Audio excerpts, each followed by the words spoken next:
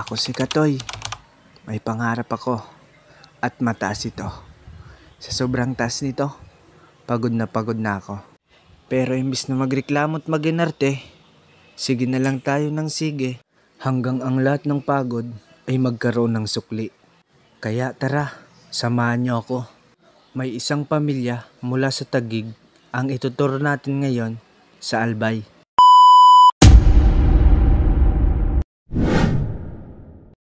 Madaling araw pa nga lang ay naandito na ako sa may Banyag, Daraga Albay dahil pupunta ako ngayon sa Kamalig. Dahil dun ko susunduin yung isang pamilya na itutur ko ngayon dito sa Albay. Bale, Toyota Hiace nga pala na manual transmission ang gagamitin ko ngayon para sa tour na ito. At tamang tama nga, bago mag alas 5 ng umaga ay naandito na ako sa bahay na inuwian ng aking mga turista. Bale, ang bahay nga na ito ay parintahan talaga. Dito ay mag-aalmusal muna kami, kasama ko sila, yung babaeng mga nakaupo at yung mga bata na naandun sa may gilid. Salamat po ulit sa inyo ma'am dahil libre na naman ang aking pagkain. At dito ay paalis na kami dahil unang-una namin napupuntahan ay yung Mayon Sky Drive kung saan naandito yun sa may Kagsawa dahil dun sila mag-a-activity. At ang activity na kanilang kukunin ay yung ATV. Dito ay kakarating nga lang namin at agad na silang bumaba at dyan sila nag-picture muna bago sila mag-orientation. At dito, salang na agad sila sa orientation para malaman nila yung mga dapat na gawin at hindi dapat. Pagkatapos nga ng orientation ay isasalang muna sila doon sa practice area kung saan dito sasanayin muna sila na mai-apply yung mga natutunan nila dun sa orientation para pagdating sa pinaka-trail ay hindi na sila manibago. Dito, sasalang na sila at papunta na sila sa trail na kanilang pupuntahan. Medyo masaya nga ako dito kasi nakikita ko sila na tuwang-tuwa na naman.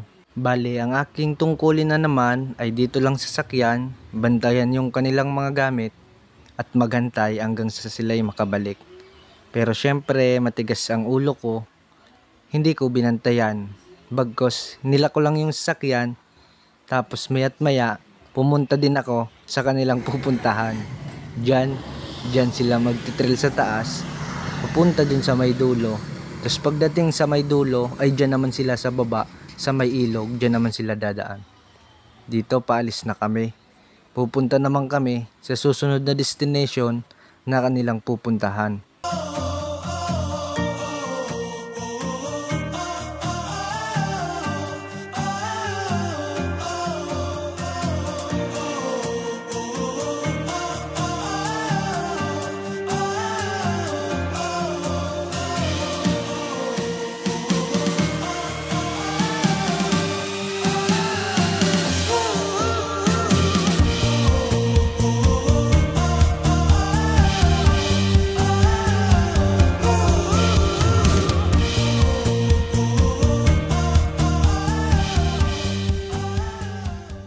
At dito nga, masakit-sakit nga itong paahon na ito. Maya-maya pa, nandito na kami sa Daraga Church at medyo umuulan. Pero ginadji pa rin sina ma'am, sina sir dahil nabasa na din naman sila doon nung nag-ATV sila. Kaya dito, saglit lang na picture dahil maya-maya papunta naman kami sa susunod naming pupuntahan.